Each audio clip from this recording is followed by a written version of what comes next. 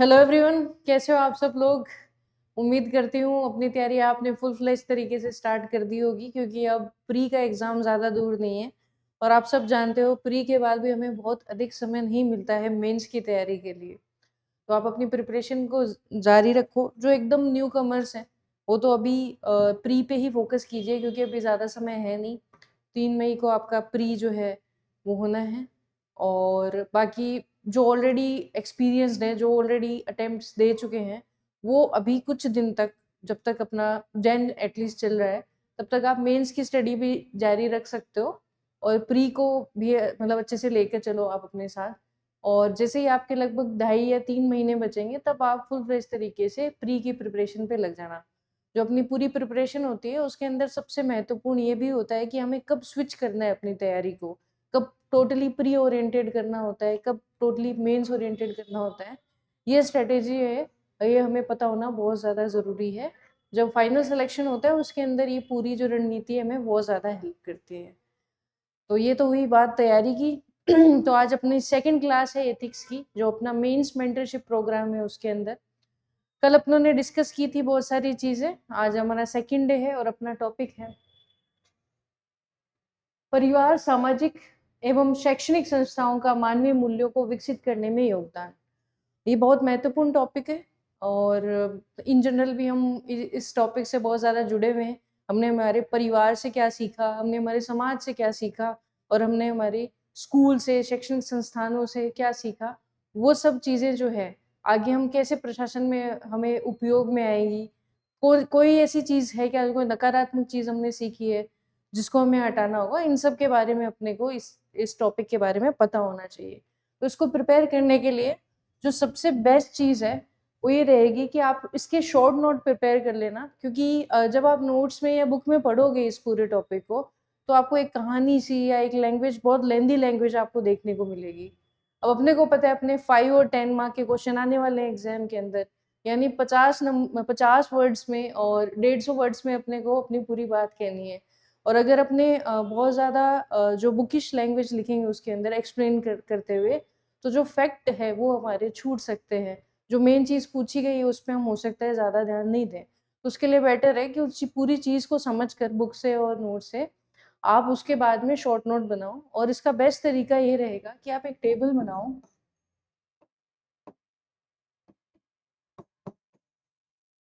जैसे आप एक टेबल बना लो, यहाँ जो आपका फर्स्ट कॉलम रहेगा, उसके अंदर आप ये लिख लीजिए कि अलग-अलग विभिन्न जो लोग हैं उनकी भूमिका, जैसे आप परिवार की भूमिका लिखिए। फिर परिवार के बाद में जैसे आप अलग-अलग लोगों से क्या-क्या सीखेंगे, माता से आपने क्या सीखा, पिता से आपने क्या सीखा, अपने भाई-बहन से आप क्या सीखते हैं, बड़े बूढ़ों से आप क्या सीखते हैं, जैसे आप दादा-दादी, नाना-नानी उनसे क्या सीखते हैं। वो जितने भी आपने वैल्यूज़ सीखी हैं उनसे या एक बच्चा परिवार से सीखता है, वो आप मेंशन कीजिए। फिर आप नेक्स्ट लिखिए नेक्स्ट कॉलम के अंदर कि विधि, क्या विधि यूज़ करते हैं। जैसे कि अगर हम फैमिली की बात करते हैं, तो हम एक-दूसरे को देख के सीखते हैं। फिर उसके बाद में एक तरीके से दंड और पुरस्कार जो हमें मिलता है कि वेरी गुड बेटा, आपने बहुत अच्छा काम किया, या हमें डाँट पड़ती है कि नहीं ऐसा बिल्कुल नहीं करना, उस चीज़ से हम सीखते हैं। और ये सारी जो विधियाँ हैं ये अपने को पता होनी चाहिए क्योंकि ये हम अपने जो आंसर है उसके अंदर लिखेंगे। फिर उसके बाद में पॉज़िटिव जो भी हमने सीखा वो और नेगेटिव वैल्यूज़ जो भी हमने सीखी वो, ये दोनों चीज़ें हमें पता होना ज़रूरी है। जैसे कि कई बार जो है अपनी गलती करते हैं कि सिर्फ़ पॉज़िटिव चीज़ों को याद करते हैं और जो हमारे परिवार से, समाज से और जो अपने शैक्षणिक संस्थान हैं, उनकी उनकी जो कमियाँ हैं, उनकी जो नेगेटिव चीज़ें भी हम सीख रहे हैं, उनको हम नहीं याद करके जाते। तो वहाँ पे प्रॉब्लम आती है जब क्वेश्चन में आलोचनात्मक टिप्पणी करने के लिए कहा जाता है तो। तो अपने को सारे पक्ष कवर करने हैं। तो जो नेगेटिव वैल्यूज़ भी हम सीख रहे हैं हमारे परिवार से या समाज से, जैसे परिवार के अंदर हम कई बार देखते हैं कि लैंगिक भेदभाव हम सीख जाते हैं अपनी फैमिली से, या फिर कास्टिज़्म, जातिवाद हम सीख लेते हैं अपनी फैमिली से, कई-कई फैमिली के अंदर सिखाया जाता है बचपन से। और ये अपने समाज के अंदर भी सेम चीज़ है कि हम समाज के अंदर भी रहते हुए जो है एक तरीके से गलत चीज़ें भी कई बार सीख लेते हैं, जैसे कि दहेज प्रथा जो है या भ्रष्टाचार है, उसको बहुत ग्लोरीफाई किया जाता है कई बार समाज के अंदर। तो ये नेगेटिव चीज़ें भी हमारे अंदर इनकैलकुलेट हो जाती है। तो ये सब चीज़ें भी अपने को पता होना चाहिए। तो ये हो गई हमने परिवार से, अपने समाज से ऐसे नीचे बनाना कॉलम, उसमें लिखना कि समाज से क्या सीखा, फिर शैक्षणिक संस्थानों से हमने क्या सीखा, किस विधि से सीखा। जैसे आप स्कूल या कॉलेज के अंदर हम पाठ्यक्रम से सीखते हैं, या अलग-अलग जो एक्टिविटीज़ होती हैं उससे हम सीखते हैं, गेम्स अगर खिलवाते हैं तो उससे सीखते हैं, तो ये विधियाँ हो गई अलग-अलग। फिर उसके बाद में पॉज़िटिव और नेगेटिव चीज़ें, सेम सेम चीज़ें आपको तीनों के अंदर लिखनी है जो अपने टॉपिक में दिया हुआ है। और फिर आगे की राह या उसके अंदर कुछ चेंजेस करके, कि जैसे हमें परिवार के अंदर ये चीज़ ध्यान रखनी चाहिए, बच्चों को इस तरीके से हमें लैंगिक समानता सिखानी चाहिए। और उसके अलावा हम लिख सकते हैं, जैसे एजुकेशन के अंदर नेगेटिव चीज़ ये है कि हम आज के टाइम पे जो व्यावसायिक शिक्षा है, उसको ज़्यादा बढ़ावा दे रहे हैं, रोड लर्निंग, रट्टाबाज़ी पे ज़्यादा ध्यान दे रहे हैं। तो उसको दूर करने के लिए हम जो है मूल्य आधारित जो है शिक्षा, उसको हम ऐड कर सकते हैं। तो इस तरीके से आप अपना आपके जो जितने भी बुक के अंदर पेजेस दिए हुए हैं, वो लगभग 1 या 2 पेज के अंदर इस पूरे चैप्टर के, इस पूरे टॉपिक के नोट्स आपके पास रेडी हो जाएँगे। तो इस तरीके से आप उसको प्रिपेयर करना। तो ये हो गए आपके वेपन्स जिनको आप यूज़ लेने वाले हो। बट क्वेश्चन अलग-अलग तरीके से आएँगे, क्वेश्चन में वो आपको कोई भी लैंग्वेज जो है बना के दे सकते हैं। तो उस लैंग्वेज को आप ध्यान से समझना, जो मेन मतलब आधार होगा, वो यही जो टेबल होगी, वो होगा आपके आंसर का। बस आपको क्वेश्चन को ध्यान से पढ़ना है और उसको समझना है कि वो पूछ क्या रहे हैं, और उसके आधार पे आपको इन्हीं चीज़ों को यूज़ करते हुए वहाँ पे आंसर करना है। तो अपने चलते हैं। एक और चीज़ मैं आपको बता दूँ कि ये अपना पूरा जो शेड्यूल है एथिक्स का, डे 1 से लेकर और आगे डे 17 तक दिया हुआ है। और डे 17 के अंदर आप ध्यान से देखोगे कि उपरोक्त विषय पर, यानी जितना भी आपका सिलेबस दिया हुआ है, अपना डिवाइड किया हुआ है इसको छोटे-छोटे पार्ट्स में। तो ये जो सिलेबस के अंदर जितनी भी चीज़ें हैं, उपरोक्त विषय पर आधारित अतथ्यपरक केस अध्ययन, यानी कि जितने भी आपके टॉपिक है उसके ऊपर नॉन फैक्चुअल जो केस स्टडीज़ है, वो आपसे पूछी जाएगी। तो लास्ट डे तो मैं आपको बहुत सारी केस स्टडी बताऊँगी और उसको कैसे सॉल्व करना है उसको भी आपको सिखाऊँगी। कि आपके पास एक रैंडम केस स्टडी आ जाती है, तो उसको स्टेप बाय स्टेप कैसे आप सॉल्व करोगे। लेकिन जो इससे पहले के जितने टॉपिक हैं, उसके अंदर भी मैंने अब से जो है केस स्टडी डालना स्टार्ट कर दिया, ताकि उस पर्टिकुलर टॉपिक से रिलेटेड केस स्टडी भी आपके ध्यान में रहे, कि उसके अंदर भी आपको इन्हीं चीज़ों का जो आपने सीखी है, आपके जो सिलेबस में दिया हुआ है, आपने जो अपनी बुक से पढ़ा है, उन चीज़ों को आप यूज़ में ले सको। तो आप बहुत ज़्यादा ध्यान रखना केस स्टडी को सॉल्व करते हुए, वो भी इसी से रिलेटेड होगी जो आपने पढ़ा है। ठीक है? तो ये हो गई अपनी बात। अब हम फर्स्ट क्वेश्चन पे आते हैं। तो डॉक्टर एपीजे अब्दुल कलाम ने ये कहा था कि अगर किसी देश को भ्रष्टाचार से मुक्त करना है हमें, तो मुझे पक्का लगता है कि 3 अहम सामाजिक सदस्य हैं, जो बदलाव ला सकते हैं, वे हैं माता, पिता और शिक्षक। अब ये आपको एक कोटेशन दे दिया डॉक्टर एपीजे अब्दुल कलाम का। तो अब आपको सबसे पहले ये समझना है, क्योंकि आज तो मैंने आपको टॉपिक बताया था कि अपना टॉपिक ये है, तो आप आराम से इसको आंसर कर सकते हो जो आपने पढ़ा। लेकिन एग्ज़ाम में हमारे पास ऐसे टॉपिक बाय टॉपिक तो क्वेश्चन नहीं आएँगे, वो तो पूरे एथिक्स के एक साथ क्वेश्चन देंगे, तो वहाँ पे आपको ये समझ होनी चाहिए कि ये पूछना क्या चाह रहे हैं। अभी जिसको समझ नहीं होगी, वो वहाँ पे हो सकता है कन्फ्यूज़ भी हो कि मुझे एपीजे अब्दुल कलाम जी के बारे में लिखना है, या देश में भ्रष्टाचार के बारे में लिखना है, या फिर सामाजिक जो सदस्य हैं इनके बारे में लिखना है। बट आपको यहाँ पे एक एक्सरसाइज़ करनी है हमेशा, जब भी आप कोई क्वेश्चन देखो या कोई भी न्यूज़ के अंदर आर्टिकल पढ़ो, या अपनी बुक से भी अगर आप कुछ पढ़ रहे हो, तो उसको आप जोड़ो अपने सिलेबस से। जो आपका सिलेबस है, वो आपको पूरा याद होना चाहिए कि आपने सिलेबस के अंदर क्या-क्या पढ़ा है।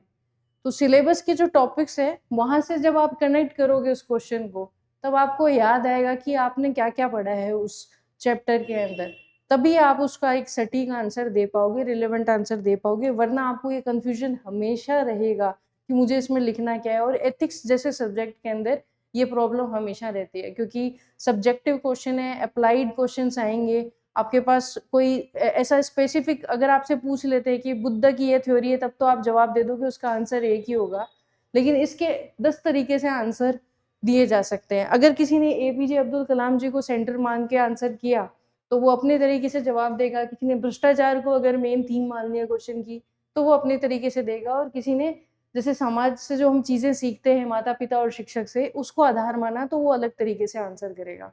तो मैं बार-बार आपको कहती हूँ कि हर क्वेश्चन को आप अपने सिलेबस से जोड़ के देखो कि ये कौन से पेपर का क्वेश्चन है, जीएस 1, 2, 3 किससे रिलेटेड है, उसके अंदर कौन-सी यूनिट का क्वेश्चन है और उसके अंदर हमने सिलेबस के अंदर क्या-क्या देखा है, तब आप सबसे ज़्यादा रिलेवेंट चीज़ जो है वो लिख पाओगे। तो ये एक्सरसाइज़ आप हमेशा किया करो। अब हम आगे चलते हैं इसके आंसर पे।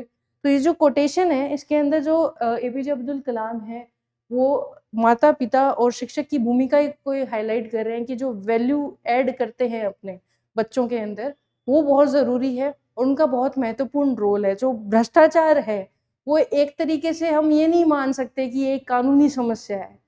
भ्रष्टाचार जो है कानूनी समस्या तो है ही, बट ये ज़्यादा व्यावहारिक समस्या है। हमारा व्यवहार में ही आ चुका है भ्रष्टाचार कि हाँ, हमें भ्रष्टाचार करना है, बहुत सारा पैसे कमाने हैं, ये चीज़ें जो है व्यवहार में आ चुकी है।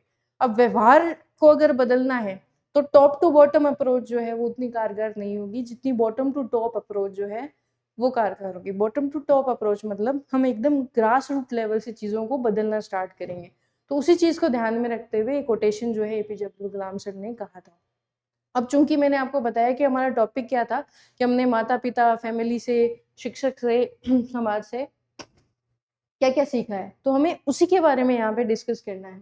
जैसे माता और पिता से हम क्या सीखते हैं, तो हमें पता है कि माता जो है हमारी प्रथम गुरु होती है। जो भी बच्चा सीखता है वो अपनी माँ से सबसे पहले सीखता है, तत्पश्चात पिता से, भाई-बहन से, दादा-दादी से, इनसे हम चीज़ें सीखती हैं।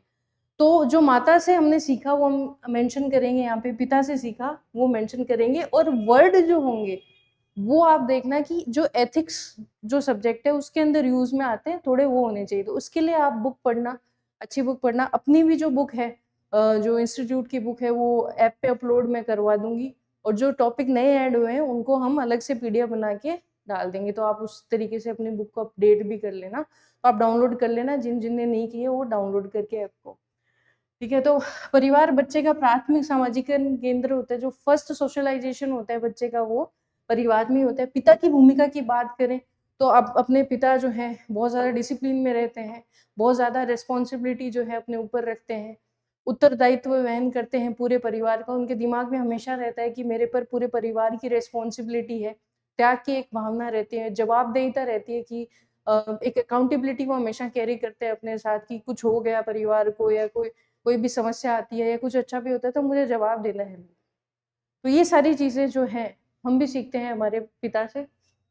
तो पिता अक्सर बाहरी दुनिया के साथ बच्चे के पहले संपर्क और अधिकार का प्रतिनिधित्व करते हैं और नैतिक साहस, जो पिता से हम साहस यानी करेज सीखते हैं, अनुशासन सीखते हैं, उसको हम यूज़ में ले सकते हैं। जो मॉरल करेज आता है बच्चे में वो पिता से आता है। पिता बच्चे को सिखा सकते हैं कि दबाव या प्रलोभन के बावजूद अपने सिद्धांतों पे ही हमें चलना है कि आप पे हो सकता है बहुत ज़्यादा प्रेशर आए, बहुत ज़्यादा आपको लालच दिया जाए कि आपको इतना पैसा देंगे या फिर कोई गाड़ी दे देंगे, कोई गिफ्ट दे देंगे।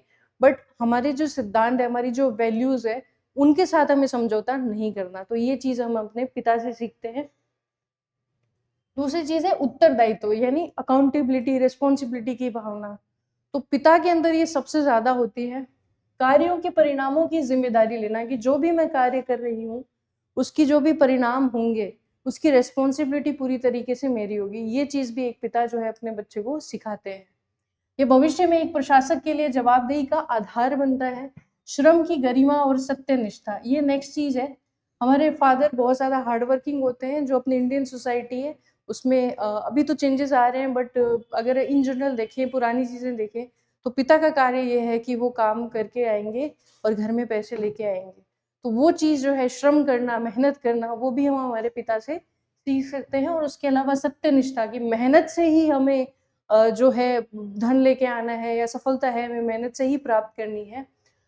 और अनैतिक शॉर्टकट के प्रति जो है अरुचि पैदा करते हैं। पिताजी हमें हमेशा बोलते हैं शॉर्टकट नहीं अपनाना, जो भी करना है मेहनत से करना है। तो ये सारी चीज़ें जो है एक पिता अपने बच्चों को सिखाते हैं, जो हम प्रशासन के अंदर भी आगे बढ़ाएँगे। तो आप ये एक चीज़ देखिए कि हमने जो वर्ड है वो अपने सिलेबस से ही तो उठाए हैं, जवाबदेहिता, सत्यनिष्ठा, मॉरल करेज, ये सारी जो चीज़ें हैं, ये वर्ड आपको यूज़ करने हैं। तो ये ज़्यादा मैच्योर आंसर लगेगा आपका। सेकंड हम आते हैं कि माता की भूमिका। तो माता तो है, वो तो ममत्व इतना ज़्यादा होता है माता के अंदर, कंपैशन, करुणा, सहानुभूति, बहुत ज़्यादा मतलब इमोशंस जो कहते हैं स्ट्रॉन्ग होते हैं, एक माता के होते हैं, और वो सारी चीज़ें जो है हमें सीखने को हमें मिलती है। अब एक प्रशासक की दृष्टि से हम देखें, तो अगर एक प्रशासक में वो डिग्री की एम्पैथी या फिर कंपैशन है जितना एक माँ में होती है, तो जब भी वो पॉलिसी फॉर्मेशन करेंगे, तो हमेशा उन चीज़ों को ध्यान में रखेंगे कि लोगों पे ये कैसे इम्पैक्ट करेगी ये मेरी पॉलिसी फॉर्मेशन, लोगों की प्रॉब्लम एक्चुअल में है क्या, उस पीड़ा को वो एक्चुअल में समझ पाएँगे। तो माताजी से जो भी हम सीखते हैं, वो मैं आपको बताती हूँ कि माता बच्चे की भावनात्मक और नैतिक विकास की प्राथमिक स्रोत होती है। सहानुभूति और करुणा यानी एम्पैथी और कंपैशन। वैसे एम्पैथी का मतलब परानुभूति होता है। सहानुभूति से एक कदम जब हम आगे बढ़ जाते हैं और किसी और का दर्द समझने लगते हैं कि इसको कितनी पीड़ा हो रही होगी, उसे परानुभूति बोलते हैं, एम्पैथी बोलते हैं। तो दूसरों के दर्द को महसूस करना, ये मूल्य एक सिविल सेवक के लिए बहुत ज़्यादा ज़रूरी है, ताकि वह हाशिए पे मौजूद लोगों के प्रति संवेदनशील रह सके। दूसरी चीज़ है स्वार्थ का त्याग। माता जब खाना भी बना रही होती है, तो जब पूरे घर में चाहे कितने ही सदस्य हो या कोई गेस्ट भी आया हो, जब तक सब खा नहीं लेते, तब तक माता जो है एक निवाला तक नहीं लेते हैं। चाहे कितनी ही भूख लगे, कितनी तकलीफ में हो। ये सेल्फलेसनेस है एकदम। जिसको हम बोलते हैं निस्वार्थ भाव से किसी की सेवा करना, और ये सबसे बड़ा गुण है, जो एक प्रशासनिक जो अधिकारी है उसके अंदर होना चाहिए। साझा करने और दूसरों की सेवा करने की भावना विकसित करना, यह लोक सेवा की भावना का बीजारोपण है। तो ये चीज़ भी हम हमारी माता से सीखते हैं। उसके अलावा ईमानदारी का आंतरिक बोध, हमें अंदर से पता होना चाहिए कि हमें ईमानदार रहना है। अंतरात्मा की आवाज़ हमें सुननी है, जिसे हम कंसाइज़ बोलते हैं। अ, हम चाहे कितना ही गलत कर लें या फिर कितना ही आगे बढ़ जाएँ गलती की राह पे, लेकिन एक आवाज़ को हम कभी नहीं दबा पाते, वो होती है हमारे अंतरात्मा की आवाज़। चाहे किसी को नहीं पता कि हम झूठ बोल रहे हैं या गलत कर रहे हैं, लेकिन खुद को हमें हमेशा पता होता है कि हम ये चीज़ गलत कर रहे हैं। तो वो चीज़ जो अंतरात्मा की आवाज़ सुनकर और फिर कार्य करना, ये भी हम माता से सीखते हैं। तो ये भी बहुत ज़्यादा ज़रूरी है, जो प्रशासन के अंदर काम में आती है। जो व्यक्ति को गलत काम करने से अंदर से ही टोक देता है। तो ये चीज़ है, पिता से सीखी, माता से सीखी। अब हम शिक्षक पे आते हैं, एक शिक्षक से हम क्या-क्या चीज़ें सीख सकते हैं। तो शिक्षक वह व्यक्ति है जो बच्चे के दिमाग को उस टाइम पे आकार देता है जब वो समाज के बारे में जस्ट स्टार्ट ही कर रहा होता है सीखना।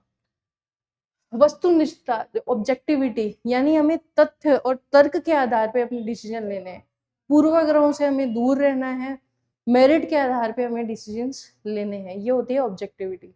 तो ये जो ऑब्जेक्टिविटी है, ये हम एक शिक्षक से ही सीखते हैं।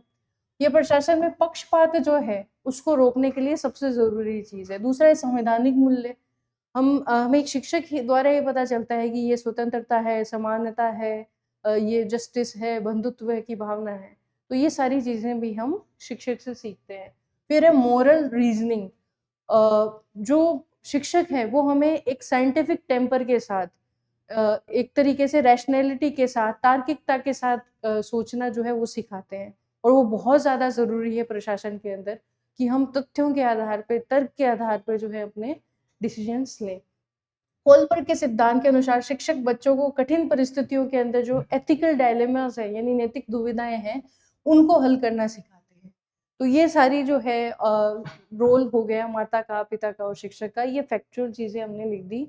क्योंकि यहाँ पे हमें आलोचनात्मक टिप्पणी करने के लिए नहीं कहा गया था, हमें सिर्फ महत्व बताना था, जो हमने माता पिता और शिक्षक से सीखा है। तो इसलिए यहाँ पे हमने कोई भी नेगेटिव जो चीजें हम सीखते हैं, उनको यहाँ पे मेंशन हमें नहीं करना। अब हम सीधा निष्कर्ष पे आते हैं। तो डॉक्टर कलाम ने जो एक कोटेशन दिया था, उसके पीछे ये कारण था कि जो नैतिक पुलिसिंग है, वो अगर माता पिता द्वारा की जाए और स्कूल में नैतिक जो मार्गदर्शन है वो शिक्षक द्वारा किया जाए, तो समाज को बाहरी दंड संहिता की आवश्यकता ही नहीं पड़ेगी। अगर हम किसी के व्यवहार में ही बदलाव ले आएंगे, तो व्यवहार बदलने से जो गलत कार्य हो रहे थे वो स्वतः ही रुक जाएंगे। तो बाहरी कानून हमें अध्यारोपित करने की आवश्यकता नहीं होगी। तो ये सारी चीजें आपको समझनी है। नेक्स्ट क्वेश्चन पे आते हैं अपने। एक सिविल सेवक ने नैतिक कल्पना के महत्व पर चर्चा करें। तो ऐसे आपको वर्ड्स देखने को मिल सकते हैं, तो आप इसके लिए प्रिपेयर रहें। हो सकता है इस कईयों को इसका मतलब भी नहीं पता हो, मैं बताऊंगी क्या होता है इसका मतलब। लेकिन फिर भी आपको 10 नंबर का क्वेश्चन छोड़ना थोड़ी ना है। आपको उस चीज़ को समझना है और उसमें जो भी चीज़ आपको समझ में आ रही है, उसके आधार पे आपको अपना आंसर बनाना है। समाज और शैक्षणिक संस्थान इस गुण को विकसित करने में कैसे मदद करते हैं? तो मॉरल इमेजिनेशन जो होती है ये, मतलब मैंने इमेजिन किया कि जो मेरे कार्य में कुछ करूँगी, मैं कुछ डिसीज़न्स लूँगी, तो उसका परिणाम क्या होगा? ये सोचना, ये इमेजिन करना, ये होती है मॉरल इमेजिनेशन, ये सही है या गलत है। अब इस इमेजिनेशन को बनाने के लिए, ये सिखाने के लिए जो समाज और शैक्षणिक संस्थान हैं, वो क्या हेल्प करते हैं कि ऐसे गुण विकसित हो कि हमारे अंदर मॉरल इमेजिनेशन है वो बने, ये हमें इसमें आंसर करना है। तो सबसे पहले हम बताएँगे कि मॉरल इमेजिनेशन क्या होती है? इसका मतलब ये होता है कि केवल नियमों को रटना नहीं है हमें, नियमों को रट लेना नहीं है, बल्कि इस स्थिति की गहराई को समझना है कि उसके भावी परिणाम कैसे होंगे और जो प्रभावित व्यक्ति हैं, उनके प्रति हमें संवेदनशीलता दिखाना, ये होता है मोरल इमेजिनेशन। अब सिविल सेवक के लिए नैतिक कल्पना का महत्व भी बहुत ज़्यादा होता है। जैसे जटिल समस्याओं का समाधान बहुत आसानी से किया जा सकता है अगर हमारी अच्छी मॉरल इमेजिनेशन है। तो हम अक्सर ऐसे प्रॉब्लम में फँसते हैं बहुत बार। हर चीज़ तो थोड़ी लिखी हुई है, हर कानून स्पष्ट रूप से नहीं दिया हुआ हर जगह। तो हम उस समय क्या करते हैं कि वर्ड्स पे ना जाकर उस कानून की स्पिरिट, उसकी आत्मा क्या है, उसका मूल तत्व क्या है, उस पे ज़्यादा फ़ोकस करते हैं और उसके अनुसार हम हमारे डिसीज़न्स लेते हैं। तो ये तभी हो पाता है जब हमारे अंदर बहुत अच्छी पावर है मॉरल इमेजिनेशन की। दूसरी चीज़ है सहानुभूति और संवेदनशीलता। तो ये एक अधिकारी को किसी गरीब या वंचित व्यक्ति की पीड़ा को महसूस करने की शक्ति देती है। वो इमेजिन कर पाएँगे एक अधिकारी कि जो मैं पॉलिसी फ़ॉर्मेशन करूँगी उससे आने वाले टाइम पे जो वंचित वर्ग है उनको क्या फ़ायदा मिलेगा। ये केवल सहानुभूति नहीं बल्कि समस्या के मानवीय पक्ष को देखते हुए समाधान निकालने की एक कला जो है वो है। नेक्स्ट बात करते हैं हम भावी जो परिणाम हैं जैसे जो एक बोलते हैं हम इम्पैक्ट का असेसमेंट कि हम जो चीज़ बना रहे हैं उसका आगे असेसमेंट करना, इससे क्या फ़ायदे होंगे, क्या नुकसान होंगे। तो ये चीज़ बहुत बेटर हो जाती है मॉरल इमेजिनेशन से। तो एक निर्णय का समाज पर दीर्घकालिक क्या प्रभाव पड़ेगा, जैसे विस्थापन या पर्यावरण, इन सब से रिलेटेड जो बात होगी, वो हम बहुत अच्छे तरीके से समझ पाएँगे। इससे पहले देख लेना ही नैतिक कल्पना कहलाती है।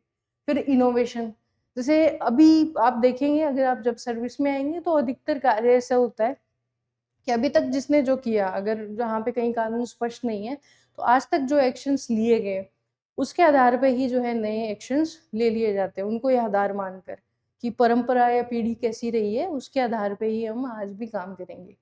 लेकिन इससे क्या है इनोवेशन नहीं आ पाता, नवाचार की जो है सीमा हो जाती है। लेकिन अगर मॉरल इमेजिनेशन का गुण रहेगा, तो नवाचार जो है वो हमें देखने को मिलेंगे। जैसे टी.एन. शेषन सर थे या फिर शंकरन सर थे, श्रीधरन सर थे। उन्होंने जो है उनके अंदर ये मॉरल इमेजिनेशन की पावर बहुत अच्छी थी। तो इस वजह से ही वो नवाचार जो है अपने क्षेत्र के अंदर ला पाए। तो ये नवाचार के लिए भी बहुत ज़्यादा ज़रूरी है। तो ये तो था महत्व। अब हम बात करते हैं कि समाज की क्या भूमिका है? कैसे समाज इस गुण को विकसित करने में मदद करेगी? तो हम कुछ सामाजिक मापदंड जो है वो उसका निर्धारण करेंगे कि जब ईमानदारी और निस्वार्थ सेवा को हम सम्मानित करेंगे और तो भावी प्रशासक जो है उनके अंदर ऑटोमेटिकली ये गुण आएगा। आप देखते हैं कि समय-समय पे अखबार में भी आता है, न्यूज़ सोशल मीडिया पे भी आता है कि पर्टिकुलर जो कार्य है, जो लीक से हटकर किसी प्रशासनिक अधिकारी ने काम किया, बहुत ईमानदारी से काम किया। हालाँकि उनके पास पूरा स्कोप था कि वो फुल भ्रष्टाचार कर सकते हैं, खूब जो है ब्लैक इनकम जो है कर सकते हैं, फिर भी उन्होंने ईमानदारी की राह पे चलना जो है वो डिसाइड किया। उनको सम्मानित जब किया जाता है, तो हमें भी ऐसा लगता है कि हम भी इस तरीके से कार्य करें। तो ये सबसे बड़ा एक तरीका हो सकता है। दूसरा है कि लोक भागीदारी, जब जन भागीदारी जो है बहुत ज़्यादा बढ़ जाती है, तो एक अधिकारी जो है, वो डायरेक्ट जनता से मिलते हैं, तो उनकी जो प्रॉब्लम्स हैं, उनको बहुत करीब से देखते हैं।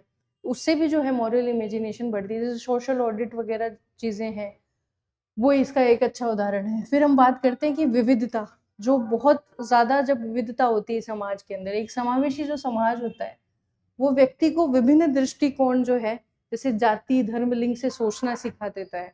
जैसे बहुत ज़्यादा धर्म है यहाँ पे, बहुत ज़्यादा जातियाँ हैं और जो लिंग है अलग-अलग, उनकी जो प्रॉब्लम्स है, वो जब एक व्यक्ति देखता है, तो फिर जो पॉलिसी फॉर्मेशन होती है, तो उस विविधता को ध्यान में रखते हुए वो करेगा। तो ये हमें हमारे समाज से सीखने को मिलता है। फिर हम बात करते हैं कि भाई एजुकेशनल जो इंस्टीट्यूशंस हैं, जो शैक्षणिक संस्थान हैं, वो इस गुण को कैसे पढ़ाते हैं। तो मूल्य आधारित जब पाठ्यक्रम होता है कि हम केवल तथ्यों पे, केवल रटने पे कार्य नहीं कर रहे, हम बच्चे के अंदर वैल्यूज़ भी ऐड कर रहे हैं, उन्हें सिखा रहे हैं कि करुणा क्या होती है, ईमानदारी क्या होती है, सत्यनिष्ठा क्या होती है। इस तरीके से जो है शैक्षणिक संस्थान भी मोरल इमेजिनेशन में बहुत ज़्यादा सहायता करते हैं। जैसे इतिहास पढ़ाते हैं हम, साहित्य पढ़ाते हैं और ऐसी करेज की, ईमानदारी की कहानियाँ सुनाते हैं महापुरुषों की, तो वहाँ से बच्चे जो हैं सीखते हैं। केस स्टडी और चर्चाएँ की जाती है, डिबेट्स होती हैं, केस स्टडीज़ दी जाती है जब बच्चों को हल करने के लिए, तो वहाँ पे भी हमारी जो मोरल इमेजिनेशन है वो फॉर्म होती है। कक्षाओं में जब वास्तविक जीवन की नैतिक दुविधाओं को रखकर और उस पे डिबेट करवाई जाती है, तो छात्र-छात्राएँ जो है सही बनाम सही के बीच में चुनाव करना भी सीखते हैं। फिर अनुकरणीय रोल मॉडल, शिक्षक स्वयं एक रोल मॉडल होते हैं स्टूडेंट्स के लिए। तो वो अपनी निष्पक्षता और आचरण से छात्रों के सामने जो है उदाहरण पेश करते हैं, तो उससे जो है मोरल इमेजिनेशन और ज़्यादा स्ट्रॉन्ग होती है। फिर सामुदायिक सेवा, हम देखते हैं कि कई बार बच्चों को वृद्धाश्रम, अनाथालय ऐसी जगह पे लेके जाया जाता है, जहाँ वो सीखते हैं कि कैसे हमारे अंदर जो है सेवा भाव होना चाहिए वंचित वर्गों के लिए। तो इस तरीके से भी उनके अंदर मोरल इमेजिनेशन को बढ़ाया जाता है। अब हम निष्कर्ष पे आते हैं कि नैतिक कल्पना एक सिविल सेवक को रोबोट बनाने से रोकती है। यदि समाज संवेदनशीलता की खाद दे और शैक्षणिक संस्थान तर्क और नैतिकता का पानी, तो एक ऐसे प्रशासक तैयार होंगे जो केवल कार्य नहीं करेंगे, बल्कि एक्चुअल में सोसाइटी के अंदर बदलाव लेके आएंगे। इस तरीके से आप इसको कंक्लूड कर दो। आप वर्ड्स पे ध्यान दो कि एक नॉर्मल जो लैंग्वेज में हम बात करते हैं, ऐसा हो जाना चाहिए, वैसा हो जाना चाहिए, ऐसी लैंग्वेज हम नहीं यूज़ कर रहे हैं। एक एथिक्स के अंदर या फिर एक पॉलिटिकल जो चीज़ें होती है, जो पॉलिटी के अंदर मैंने आपको पढ़ाई थी, उन सब वर्ड्स को आप कंबाइन करके और एक मैच्योर लैंग्वेज के अंदर आपको ये आंसर लिखना है। तो वो तभी आएगा जब आप बुक से स्टडी करेंगे। तो जो रेफरेंस बुक्स हैं, उनको आप ज़रूर से पढ़ना। और ये अपना जो पेपर 4 है, उसके अंदर कुछ बदलाव हुए हैं और उसके अकॉर्डिंग अपनी जो टेस्ट सीरीज़ है, उसको अपनों ने चेंज किया है। और अभी पेपर 4 की जो टेस्ट सीरीज़ है, वो अपने स्टार्ट करना चाह रहे हैं। और जिसको भी ये जॉइन करनी है, आप इस नंबर पे संपर्क कर सकते हो। जो भी चेंजेस हुए हैं, उनको हमने ऐड तो किया ही है। बाकी टेस्ट सीरीज़ का आप शेड्यूल देखना, उसको हमने छोटे-छोटे पार्ट्स में डिवाइड किया है। फुल लेंथ टेस्ट होंगे सारे, लेकिन जो चीज़ें हैं, उनको हमने छोटे-छोटे भागों में तोड़ दिया है ताकि आप आराम से उसको कवर कर सको। और उसके साथ में जो जितने भी निबंध होंगे या फिर थीम्स वगैरह हैं, पल्लवन हैं, तो उसका भी कंटेंट हम पहले से आपको प्रोवाइड करेंगे, जिसको आप प्रिपेयर करके अच्छे से आप आंसर्स जो है वो दे सको। इसके अलावा अगर आपको कोई भी कन्फ्यूज़न है, इस नंबर पे आप कॉल कर लेना और आप बात कर लेना। जो आगे की चीज़ें हैं वो आपको बता देंगे। अब हम नेक्स्ट क्वेश्चन पे चलते हैं। नेक्स्ट क्वेश्चन है कि ये एक तरीके से केस स्टडी है आपके लिए। केस स्टडी का मतलब है आपको एक हाइपोथेटिकल सिचुएशन दे दी, एक पूरी तरीके से काल्पनिक चीज़ आपको दी गई है और उसके अंदर आपको स्वयं को एक रोल भी दिया है। जैसे यहाँ पे दिया है कि आप एक डिस्ट्रिक्ट कलेक्टर हो और आपके सामने ये सिचुएशन है, अब आप क्या करेंगे? ये जो चीज़ें हैं, ये क्वेश्चन्स आए, ये केस स्टडी के अंदर आता है। और अपने सिलेबस के अंदर मैंने आपको दिखाया था कि केस स्टडीज़ अलग से भी दी गई है कि इन टॉपिक्स पे आपसे केस स्टडी पूछी जाएगी। तो और अभी तक पूछी नहीं गई है आरएस के अंदर। तो हो सकता है इस बार वो केस स्टडी पे फ़ोकस करें, तो केस स्टडी आप अच्छे से प्रिपेयर करना। आप एक डिस्ट्रिक्ट कलेक्टर हैं, आप देखते हैं कि एक लोकल स्कूल का एकेडमिक रिज़ल्ट बहुत अच्छा है। लेकिन छात्रों के बीच में बुलिंग और जाति के आधार पे भेदभाव के मामले बहुत ज़्यादा बढ़ रहे हैं। बहुत ज़्यादा रिलेवेंट केस स्टडी है ये भी। हाल ही में अगर आप लोग न्यूज़ पढ़ते हो, थोड़ा-सा भी अवेयर हो, तो ऐसा देखा भी गया है राजस्थान की एक बहुत ज़्यादा फेमस स्कूल के अंदर ये प्रॉब्लम देखी गई और वो तो चलो न्यूज़ में आई है। हो सकता है और स्कूल्स में भी ये इश्यूज़ रहते हों, अभी भी रिलेवेंट हो ये इश्यूज़। लेकिन छात्रों के बीच में बुलिंग और जाति के आधार पे भेदभाव के मामले बहुत ज़्यादा देखे गए हैं। ऐसा लगता है कि बच्चों के माता-पिता घर पर भी इन भेदभावों को बढ़ावा दे रहे हैं। यहाँ शामिल अब क्वेश्चन नंबर 1 है कि यहाँ पे जो शामिल है वो नैतिक मुद्दे, उनकी आपको पहचान करनी है कि क्या-क्या एथिकल इश्यूज़ यहाँ पे आपको देखने को मिल रहे हैं। और दूसरा क्वेश्चन है कि इन छात्रों की मूल्य प्रणाली जो वैल्यू सिस्टम है, उसके अंदर सुधार करने के लिए स्कूल, अभिभावकों और जो स्थानीय समाज को शामिल करना है आपको, और उनको शामिल करते हुए एक स्ट्रैटेजी बनानी है कि आप इसका सॉल्यूशन कैसे करोगे। तो ये 2 क्वेश्चन आपसे इस केस स्टडी से जो है पूछे गए हैं। ये तो एक मैंने डायरेक्ट क्वेश्चन दिया है जिसमें आपको केस स्टडी और क्वेश्चन जो है सीधा पूछ लिया गया है। कई बार हमसे केस स्टडी देके और इतना क्लियर क्वेश्चंस नहीं पूछेंगे, तो उस टाइप की केस स्टडी अपने जो जिस दिन केस स्टडी वाला टॉपिक होगा, उस दिन मैं आपको बताऊँगी पॉइंट वाइज़ कि कैसे केस स्टडी को हमें सॉल्व करना होता है।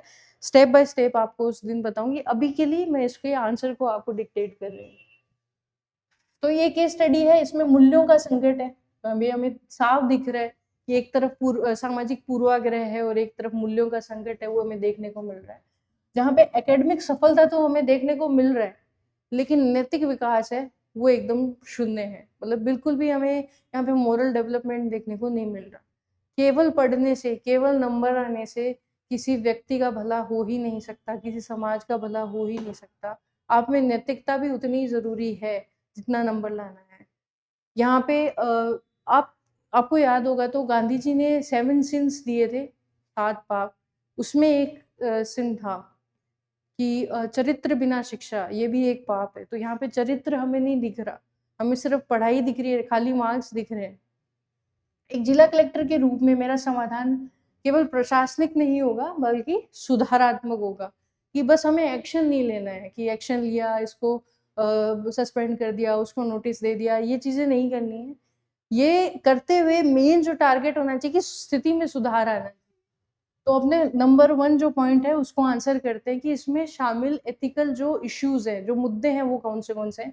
तो पहला है कि एकेडमिक प्रदर्शन बनाम नैतिक विकास, की एक तरफ तो हमें एकेडमिक प्रदर्शन दिख रहा है और दूसरी तरफ जो नैतिक विकास है वो हमें बिल्कुल भी नहीं दिख रहा है। तो क्या केवल अच्छे अंक प्राप्त करना शिक्षा का उद्देश्य है? यहाँ बौद्धिक विकास तो हो रहा है, लेकिन चरित्र निर्माण की उपेक्षा की जा रही है। ये पहला इश्यू है इस केस स्टडी में। दूसरा एथिकल इश्यू है कि हम जो संविधान पढ़ते हैं उसके अंदर हम समानता की बात करते हैं। जो कॉन्स्टिट्यूशनल मोरालिटी है वो समानता की बात करती है। आर्टिकल 15 के अंदर जाति के आधार पर भेदभाव सख्त मना है, लेकिन फिर भी हमें यहाँ पे भेदभाव देखने को मिल रहा है। तो ये समानता का उल्लंघन हो रहा है। दूसरा मुद्दा ये है। तीसरी चीज है कि पारिवारिक प्रभाव और नकारात्मक सामाजिकरण। इवन माता पिता भी इस भेदभाव को सपोर्ट कर रहे हैं। तो ये कैसा समाज हम बना रहे हैं? तो ये भेदभाव बच्चों को माता पिता द्वारा सिखाया जा रहा है, तो एक विषाक्त विरासत के तौर पे हमें मिल रहा है, जो समाज के भविष्य को खतरे में डालती है। चौथी चीज है बुलिंग, जो बुली करना, किसी को परेशान करना बच्चे को, तो उस जो पीड़ित है उसके मानसिक स्वास्थ्य को बहुत ज्यादा यहाँ पे हानि होगी। भेदभाव के कारण पीड़ित छात्र को आत्मसम्मान और मानसिक स्वास्थ्य जो है बहुत ज्यादा प्रभावित होगा। फिर है प्रशासनिक जवाबदेही। यहाँ पे एक स्टेक होल्डर हम खुद में हैं। एक कलेक्टर के रूप में सुनिश्चित करना मेरा कर्तव्य है कि शैक्षणिक संस्थान सुरक्षित होने चाहिए और समावेशी होने चाहिए। हमारे जो शैक्षणिक संस्थान है वो किसी इंडिविजुअल की प्रॉपर्टी नहीं है। वहाँ पे बहुत सारे समाज के सभी बच्चे आते हैं पढ़ने के लिए, और वही बच्चे समाज के अंदर आगे बहुत ज़्यादा कंट्रीब्यूट करने वाले हैं। तो आज अगर ये प्रॉब्लम हमें देखने को मिल रही है और हम इसका सॉल्यूशन नहीं कर रहे हैं, तो हम खुद ही आँख बंद कर रहे हैं समाज को खराब होता देखते हुए भी। तो इसलिए हमारी भी ज़िम्मेदारी है कि हमें इस चीज़ को ठीक करना है। तो ये हमने सारे एथिकल मुद्दे जो थे, एथिकल इश्यूज़ थे, उसको डिस्कस किया। अब हम पार्ट बी पे आते हैं। तो जो मूल्य प्रणाली में सुधार है, उसके लिए क्या रणनीति जो है हमें अपनानी चाहिए? तो हमें त्रि-आयामी जो है रणनीति यहाँ पे अपनाई जानी चाहिए। जो 3 स्टेक होल्डर्स है मेजर, जैसे स्कूल लेवल पे हमें क्या करना चाहिए, फिर हम बात करेंगे कि पेरेंटिंग के लेवल पे हमें क्या करना चाहिए, फिर समाज के स्तर पे हम क्या कर सकते हैं। इस तरीके से हम सारे स्टेक होल्डर्स को लेकर, जितने भी यहाँ पे हितधारक हैं, उन सभी को साथ में लेकर यहाँ पे काम करेंगे। तो विद्यालय के स्तर पे हम क्या कर सकते हैं?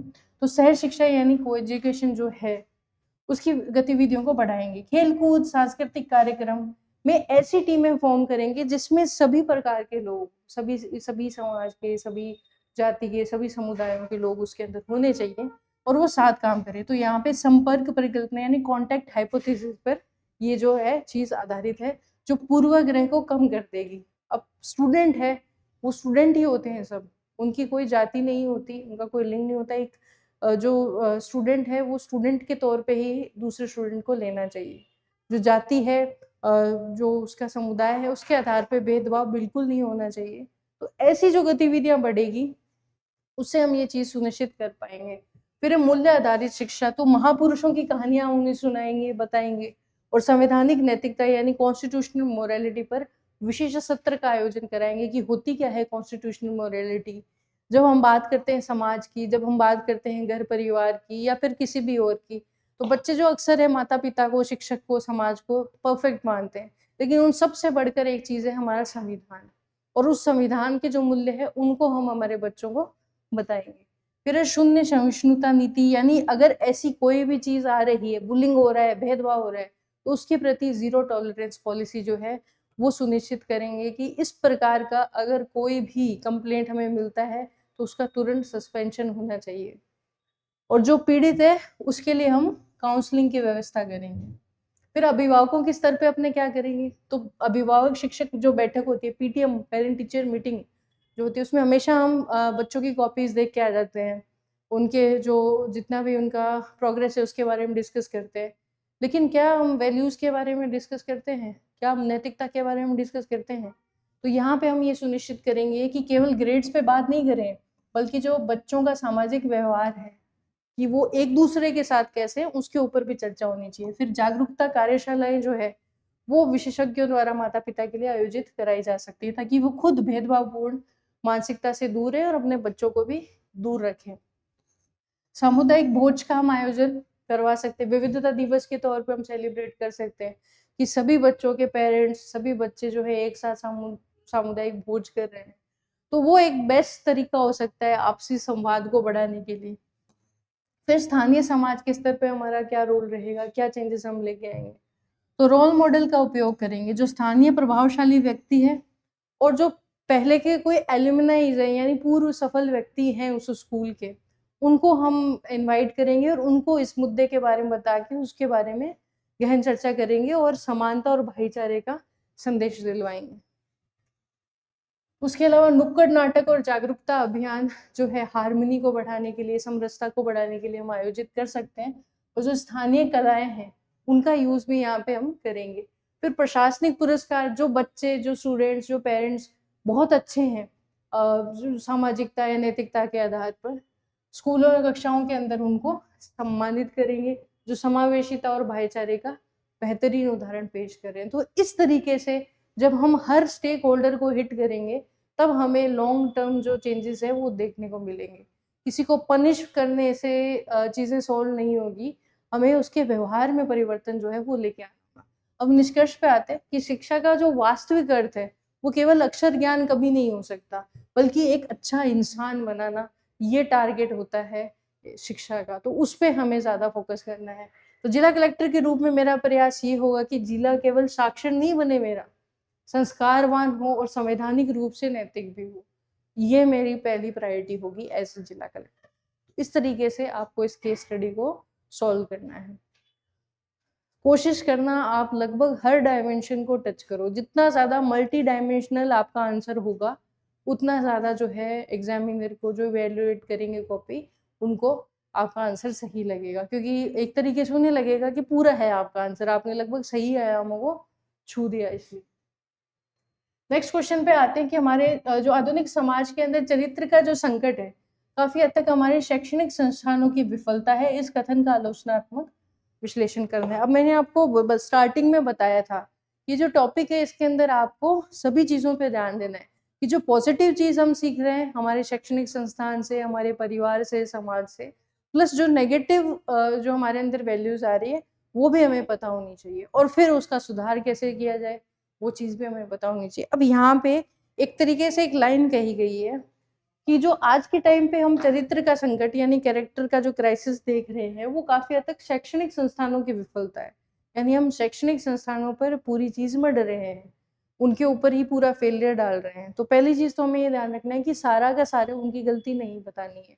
उसके अलावा जो फैक्टर्स हैं, उनको भी हमें यहाँ मेंशन करना है। ये पहली चीज़ हमारे दिमाग में आनी चाहिए इस क्वेश्चन को पढ़कर। और दूसरी चीज़ जो हमने नेगेटिव्स सीखे हैं अलग-अलग जगह से, हमारे समाज से, परिवार से, शैक्षणिक संस्थानों से, वो चीज़ भी हमें यहाँ पे मेंशन करनी है, और कोशिश करेंगे कि इसमें लास्ट में अगर जगह बचती है, वर्ड्स बचते हैं, तो कुछ पॉजिटिवली लिखते हुए उसको एंड करें आंसर को। हम स्टार्ट करते हैं कि जो शैक्षणिक संस्थान है उनकी भूमिका और उनकी विफलता के बारे में डिस्कस करते हैं। तो ये काफ़ी हद तक तो ठीक है, क्योंकि जो मेन फॉर्मेटिव ईयर्स होते हैं किसी बच्चे के, उसके अंदर जो शैक्षणिक संस्थान है वो महत्वपूर्ण रोल अदा करता है। तो जो अंकों की दौड़ हमें देखने को मिल रही है बनाम मूल्यों की शिक्षा, यहाँ पे ये सबसे बड़ी प्रॉब्लम है कि हम रोट लर्निंग पे, रट्टाफिकेशन पे ज़्यादा ध्यान दे रहे हैं बजाय मूल्य आधारित शिक्षा पर। जो शिक्षा है वो सिर्फ एक व्यवसाय करने का या फिर एक जॉब पाने का एक टूल मात्र रह गया है। जबकि शिक्षा जो है वो एक अच्छा इंसान बनाने के लिए जो है एक व्यक्ति को दी जाती है। तो वो जो मेन टारगेट था, ऑब्जेक्टिव था शिक्षा का, वहाँ से हम लोग हट चुके हैं।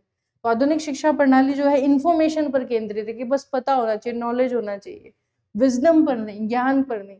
स्कूलों में ग्रेड और रैंक को चरित्र और नैतिकता से बहुत ज़्यादा हम महत्व देते हैं, ये सबसे बड़ी प्रॉब्लम है स्कूल की।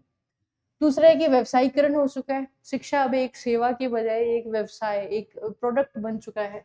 जब संस्थान लाभ कमाने पे केंद्रित होंगे तो वो सहानुभूति, अखंडता, निस्वार्थता जैसे मूल्यों को कैसे सिखा पाएंगे। फिर है रोल मॉडल की कमी। शिक्षक की भूमिका होती है वो रोल मॉडल की होनी चाहिए, लेकिन उनका खुद का अभी जो कंडक्ट है सभी शिक्षक का आदर्श नहीं है, आइडियल नहीं है। तो उनकी भूमिका अब केवल सिलेबस को पूरा कराने तक सीमित हो गई है, जबकि शिक्षक खुद को एक नैतिक आदर्श के तौर पे बच्चों को दिखाना चाहिए। तो छात्र भी जो है सिर्फ करियर को ही प्राथमिकता देते हैं, कैरेक्टर बिल्डिंग को नहीं देते। अब ये तो है, हमने स्कूल की प्रॉब्लम्स बता दी, अब हमें बाकी फैक्टर्स भी बताने हैं, यानी कि हम थोड़ा विपक्ष में भी तर्क देंगे कि खाली स्कूल की कमी नहीं है। तो जो कैरेक्टर बिल्डिंग है वो केवल स्कूल से तो नहीं बनता, तो हमें आगे भी विश्लेषण करना चाहिए कि और कौन-कौन ज़िम्मेदार है। अब जैसे परिवार की भूमिका, तो परिवार में भी तो हम देखते हैं, परिवार में भी भ्रष्टाचार को ग्लोरीफाई किया जाता है, लैंगिक असमानता को बढ़ावा दिया जाता है। तो स्कूल की शिक्षा पूरी तरह से उस चीज़ को नहीं चेंज कर सकती। दूसरा है सोशल मीडिया और डिजिटल जो आजकल की संस्कृति है, तो इसके अंदर जो छात्र के विचार हैं, वो स्कूल से ज़्यादा जो सोशल मीडिया से प्रभावित होने लगे हैं। तो जो इंस्टेंट ग्रेटिफिकेशन होता है, जो तुरंत संतुष्टि है, उसकी संस्कृति धैर्य और नैतिकता को धीरे-धीरे कम कर रही है। फिर बाज़ारवाद और भौतिकवाद, जो समाज है उसमें सफलता का पैमाना ही धन से अब मान रहे हैं कि जिसके पास ज़्यादा पैसा है वो ज़्यादा सक्सेसफुल है। ये समाज ने ही तो हमें सिखाया है।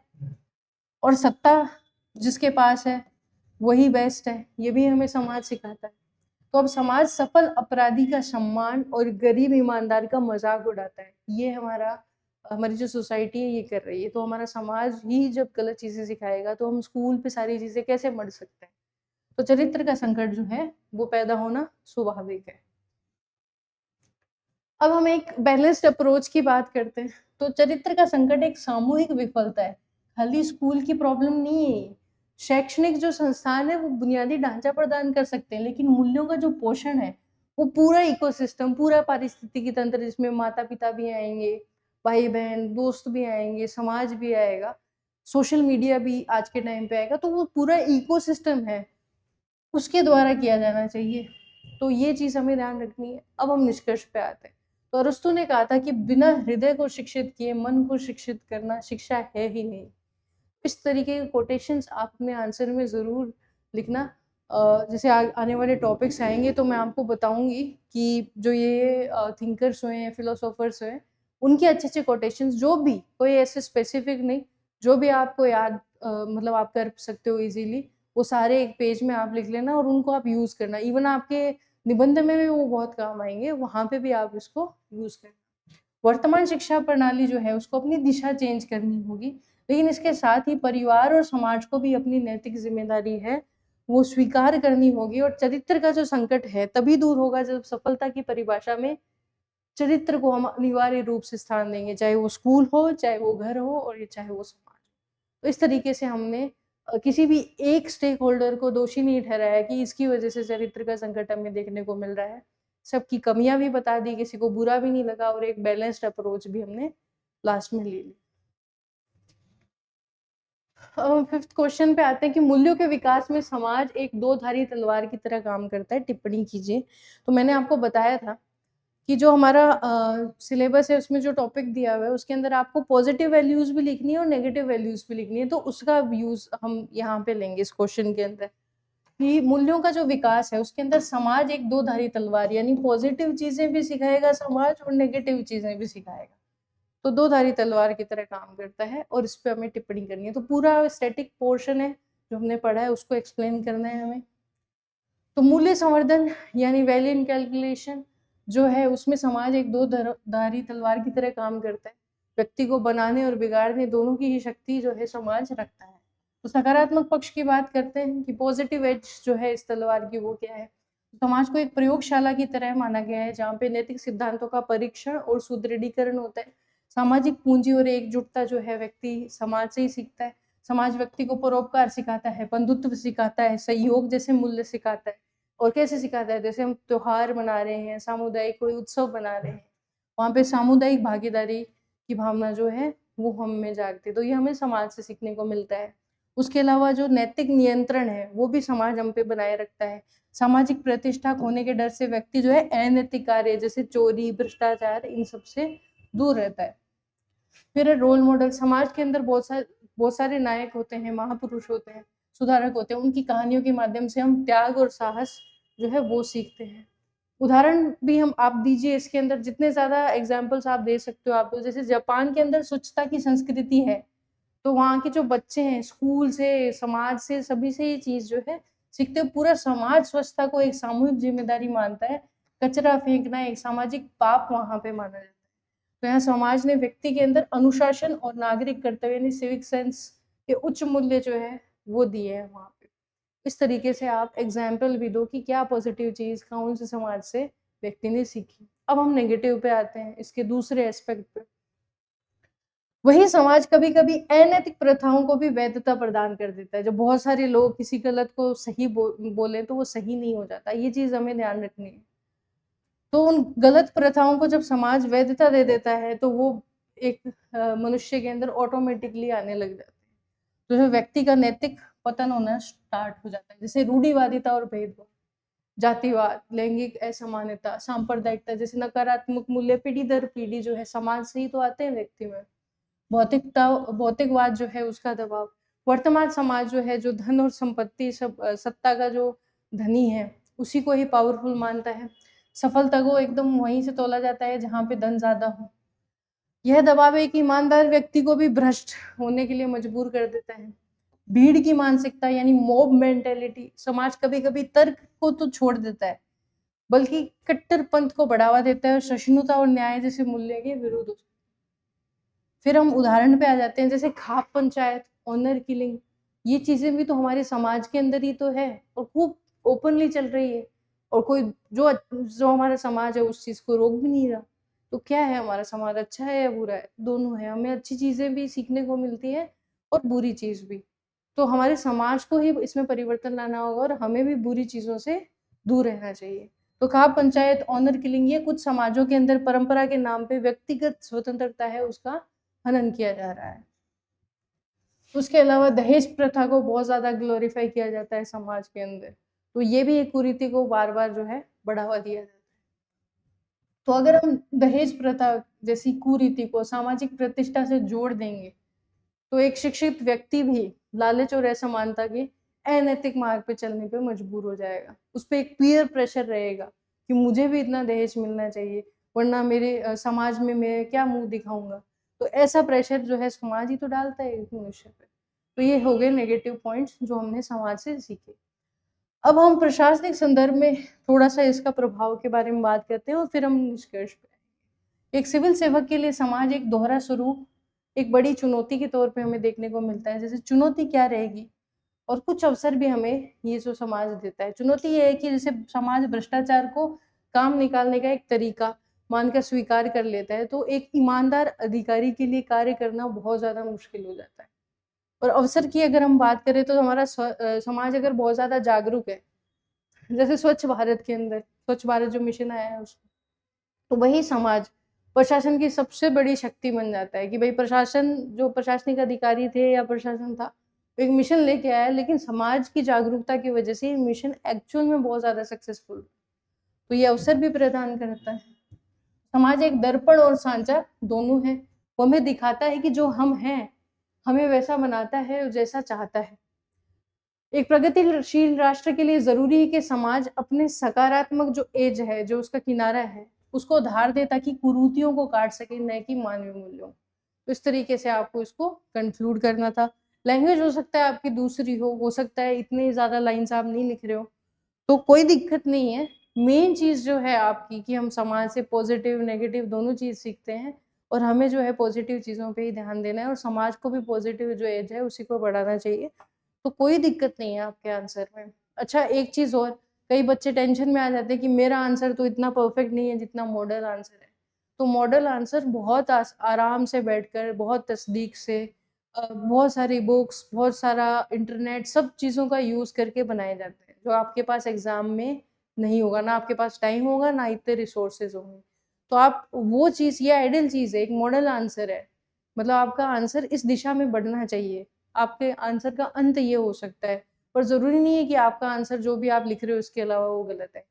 यही तो मतलब खूबसूरती है एक सब्जेक्टिव पेपर की, कि सब्जेक्टिव पेपर के अंदर आपकी थॉट भी उतनी अच्छी है जितनी मेरी अच्छी है। तो आप इसको आधार मानकर अपने आंसर को बुरा मत मानना, आप लिखते रहो, मेन जो थीम है आंसर की वो ये होनी चाहिए। शब्द जो है वो डिफरेंट हो सकते हैं, कोई दिक्कत वाली बात नहीं है। ये अपना लास्ट क्वेश्चन है, जो केस स्टडी है। तो आप पश्चिमी राजस्थान के एक दूरस्थ ब्लॉक के अंदर बीडीओ हो, ब्लॉक डेवलपमेंट ऑफिसर, उसके पद पे तैनात हो। आप पाते हैं कि स्थानीय समुदाय के अंदर एक स्कूल शिक्षिका का बहिष्कार जो है वो कर रहा है। मतलब एक सोसाइटी है, वहाँ पे स्कूल है, उसके अंदर एक टीचर है, उसका बहिष्कार किया जा रहा है और उसका रीज़न ये है कि वो हाशिए के समुदाय से है। एक ऐसी कम्युनिटी से है जो एकदम मार्जिनलाइज़्ड है, तो उसको सोचकर वो समुदाय उस शिक्षिका का बहिष्कार कर रहे हैं। तो सामाजिक पूर्वाग्रह के कारण शैक्षणिक संस्थान जो है अब विफल होता हुआ आपको दिख रहा है। अब पहला क्वेश्चन है कि यहाँ कौन से मूल्य दांव पे लगे, कौन से नैतिक मूल्य यहाँ पे दांव पे लगे। दूसरी चीज है कि इस संकट को हल करने के लिए जो स्थानीय ग्राम सभा और युवाओं को शामिल करते हुए आपको एक स्ट्रेटेजी बनानी है। पहली चीज आप ध्यान रखना कि जो शिक्षक होता है, जब उसका नाम दे दिया शिक्षक है, उसकी पोस्ट शिक्षक है, तो उसके साथ जुड़ी हुई उसकी सारी पहचान जो है ऑटोमेटिक खत्म हो जाती है। एक बच्चों के लिए, एक समाज के लिए वो शिक्षक शिक्षक है, उसकी पोस्ट ही उसकी जाति है, उसकी पोस्ट ही उसका लिंग है, उसकी पोस्ट ही उसका धर्म है। तो हमें बाकी चीज़ों के बारे में सोचना ही नहीं चाहिए। तो जब हम ये चीज़ें सोचेंगे नहीं, तो हम बहिष्कार जैसी चीज़ों पे कभी आएँगे नहीं। तो कुल मिला के जैसे मैंने कल बताया था, इट्स ऑल अबाउट माइंडसेट। तो ये माइंडसेट का ही खेल है और उस माइंडसेट को आपको कैसे चेंज करना है, उसकी रणनीति आपको पार्ट बी में बतानी है। उससे पहले हम डिस्कस करते हैं पार्ट ए के बारे में। तो सामाजिक न्याय बनाम सामाजिक रूढ़िवादिता, एक तरफ आपको दिख रहा है कि सामाजिक न्याय है और एक तरफ सामाजिक रूढ़िवादिता है।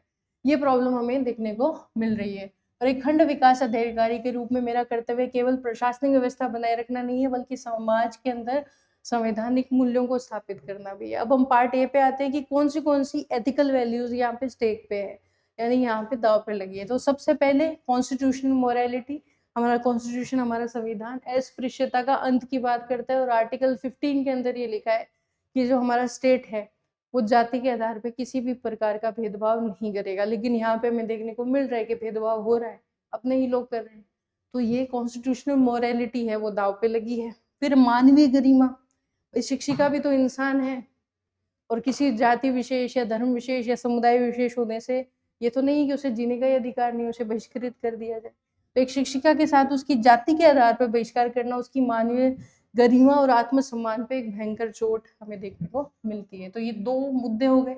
तीसरा मुद्दा है समानता और न्याय का मुद्दा। योग्यता के आधार पे पद प्राप्त किया है शिक्षिका ने, तो उनको समानता का जो बाकी शिक्षकों को मिल रहा है उतनी समान उनको भी प्रतिष्ठा मिलनी चाहिए, उतना सम्मान मिलना चाहिए। और समान अवसर और सम्मान नहीं मिल पा रहा है तो ये न्याय के सिद्धांतों के विरुद्ध है। सार्वजनिक सेवा और व्यावसायिकता, तो हम बात करते हैं कि सामाजिक पूर्वाग्रह है यहाँ पे बहुत ज्यादा, तो उसकी वजह से जो स्कूल का जो शैक्षणिक वातावरण है वो प्रभावित हो रहा है। छात्रों के भविष्य के साथ एक बहुत ज्यादा हमें प्रशासनिक विफलता यहाँ देखने को मिल रही है। फिर सहानुभूति और करुणा का अभाव है लोगों में। समुदाय के अंदर हाशियों के जो वर्ग है, एकदम मार्जिनलाइज जो सोसाइटी है, उसके प्रति सेंसिटिविटी नहीं है लोगों के अंदर। तो ये सारी चीजें हमें, ये सारी जो एथिकल इश्यूज हैं हमें यहाँ पे देखने को मिलते हैं, ये सारी प्रॉब्लम हमें देखने को मिलती है। तो आप जितना ज़्यादा और भी अगर आपके दिमाग में कुछ प्रॉब्लम आ रही है तो वो आप यहाँ पे मेंशन करो। फिर हम नेक्स्ट पे आते हैं कि ग्राम सभा और युवाओं को हमें शामिल करना है और एक स्ट्रेटेजी बनानी है कि कैसे हम इस प्रॉब्लम को सॉल्व कर सकें। तो संकट के समाधान के लिए हम अनुनय और व्यवहार परिवर्तन की तकनीक जो है वो अपनाएंगे। तो सबसे पहले ग्राम सभा के माध्यम से हम एक सामाजिक संवाद यानी एक सोशल डायलॉग जो है वो करेंगे। जैसे विशेष ग्राम सभा का आयोजन किया जाएगा और उस बैठक में स्वयं भाग लूंगी। यहाँ कानून का डर दिखाने की बजाय साझा भविष्य पे हम बात करेंगे कि किसी टीचर को आप बहिष्कृत कर रहे हो तो आप अपने ही बच्चों के भविष्य के साथ खिलवाड़ कर रहे हैं। मैं ग्रामीणों को समझाऊंगी कि शिक्षिका का अपमान उनके बच्चों के भविष्य का भी अपमान है। दूसरा है कि समुदाय के जो प्रभावशाली व्यक्ति है उनका हम यहाँ पे यूज ले सकते हैं, जैसे सरपंच या धार्मिक गुरु या सम्मानित बुजुर्ग, उनको हम विश्वास में लेंगे ताकि वे ग्राम सभा के अंदर शिक्षिका के पक्ष में बोले। फिर हम समरसता भोज का आयोजन करवा सकते हैं। ग्राम सभा के बाद में सामूहिक जलपान या भोज का आयोजन करेंगे जहाँ सभी समुदायों के लोग एक साथ एक टेबल पर बैठकर खाना खाएंगे ताकि छुआछूत और बहिष्कार जैसी मानसिकता वहां पे टूट जाए। दूसरा चीज़ है कि युवाओं के हम परिवर्तन का दूत के तौर पे यहाँ पे यूज लेंगे कि चेंज करने के एजेंट्स वो हमारे बनेंगे। कैसे बनेंगे? तो युवा मंडल और खेल गतिविधियां हम आयोजन करवाएंगे। तो जब हम एक साथ खेलते हैं तब हम कभी नहीं देखते कि ये किस जाति किस समुदाय का है। तो जो मानसिक हमारे दिमाग में रूढ़िवादिता है, बंधन है, जातिवाद के जो बंधन आए हुए हैं वो सब इससे टूटेंगे। फिर गौरव सत्र का हम आयोजन करा सकते हैं। युवाओं के माध्यम से स्कूल में ऐसे सत्र का आयोजन करवाएंगे कि शिक्षिका की जो शैक्षणिक उपलब्धियां हैं उनको हम हाईलाइट करेंगे कि ये टीचर है और टीचर यहाँ पढ़ाने के लिए आए हैं और जो उनकी उपलब्धियां हैं आप उनको देखें, न कि उनकी जाति को, न उनके समुदाय को। जब युवा शिक्षिका का सम्मान करेंगे तो बुजुर्गों का नजरिया भी धीरे धीरे चेंज होने लग जाएगा। फिर सोशल मीडिया अभियान चलाएंगे। जो स्थानीय युवा समूह है उनका व्हाट्सएप या फेसबुक का यूज करके समानता और भाईचारे संदेश फैलाने के लिए हम यूज में लेंगे। स्कूल और प्रशासन का एकीकरण हम यहाँ पे किस तरीके से करेंगे?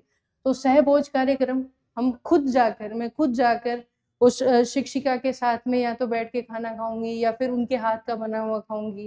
ये जो मिड डे मील कार्यक्रम चल रहा है वो हम शिक्षिका से बैठकर खाएंगे। तो एक वीडियो के रूप में मेरा आचरण पूरे ब्लॉक के लिए संदेश होगा कि जाति जैसे बंधन, जातिवाद है, ऐसे बंधनों से हमें मुक्त होने का भी टाइम आ गया है। और ये सब चीज़ें हैं किसी बच्चे के भविष्य से बहुत नीचे हैं और बच्चों का जो भविष्य है वो प्रायोरिटी होनी चाहिए, जो पूरा समाज है उसके लिए भी, माता पिता के लिए भी और प्रशासन के लिए भी। फिर प्रोत्साहन की बात करते हैं तो जो युवा या ग्राम सभा के सदस्य शिक्षिका की सहायता करेंगे उन्हें हम गणतंत्र दिवस या जिला स्तरीय जो कार्यक्रम है उसके अंदर हम सम्मानित करेंगे। तो एक प्रशासक के रूप में मेरा उद्देश्य केवल शिक्षिका की सुरक्षा सुनिश्चित करना ही नहीं बल्कि समुदाय का जो नैतिक मानचित्र है यानी उनका जो मॉरल मैप है उसको बदलना है। जब कानून और समाज एक साथ खड़े होंगे तो पूर्वाग्रह की दीवारें अपने आप गिर जाएंगी। तो इस तरीके से आपको जो केस स्टडी है उनको सॉल्व करना है। ज़्यादा से ज़्यादा प्रैक्टिस करोगे तभी ये वर्ड्स आपकी ज़ुबान पे और आपकी पेन पे आएंगे, खाली देखने भर से नहीं। और मैं आपको बार-बार कहती हूँ कि इस क्लास का फ़ायदा तभी है, ये कोई मतलब वैसे नॉर्मल क्लास नहीं है कि आप आए, मैंने डिक्टेट किया, पढ़े और चले गए और आपको फ़ायदा होगा। इसका फ़ायदा आपको तभी होगा जब आप पहले जो मैं आपको पेपर भिजवाती हूँ इस क्लास से पहले, उस पेपर को आप हल करोगे और उससे पहले आप पढ़ के आओगे उस टॉपिक को। उस टॉपिक को पढ़कर उस पेपर को हल करोगे, फिर ये क्लास लोगे, उसके बाद जो मैं कॉपी चेक करके आपको भेजती हूँ उसको एनालिसिस करोगे। ये सारी चीज़ें मिलके ही आपको एक पूरे दिन का फ़ायदा देगी, वरना कोई फ़ायदा नहीं है इस क्लास को लेने का। तो आप ज़्यादा से ज़्यादा मेहनत करो, ये मेरा टारगेट रहता है। सेल्फ स्टडी ही इस एग्ज़ाम की है। आप किसी से भी पढ़ लीजिए, कुछ भी कोई क्लास ले लो, आपको उतना फ़ायदा नहीं करेगी, जितना आप उसके साथ खुद की मेहनत को ऐड कर दोगे उतना करेगी। तो आप जो है डिसिप्लिन में रहो, हार्ड वर्क ज़्यादा से ज़्यादा करो, मैं तो यही चाहूँगी। बाकी कल मिलते हैं अपने नेक्स्ट टॉपिक के साथ में, तो अच्छे से प्रिपेयर करके आना, शॉर्ट नोट अपने प्रिपेयर रखो। अभी से प्रिपेयर रहेंगे तो आपके जब भी आप टेस्ट देने जाओगे, एग्ज़ाम देने जाओगे, उसमें बहुत काम आएँगे। आपको ज़्यादा परेशान होने की ज़रूरत नहीं पड़ेगी, सारी चीज़ें आपको एक जगह मिल जाएगी। तो आप अच्छे से पढ़ते रहो, आगे बढ़ते रहो, मिलते हैं हम अगली क्लास में। Thank you.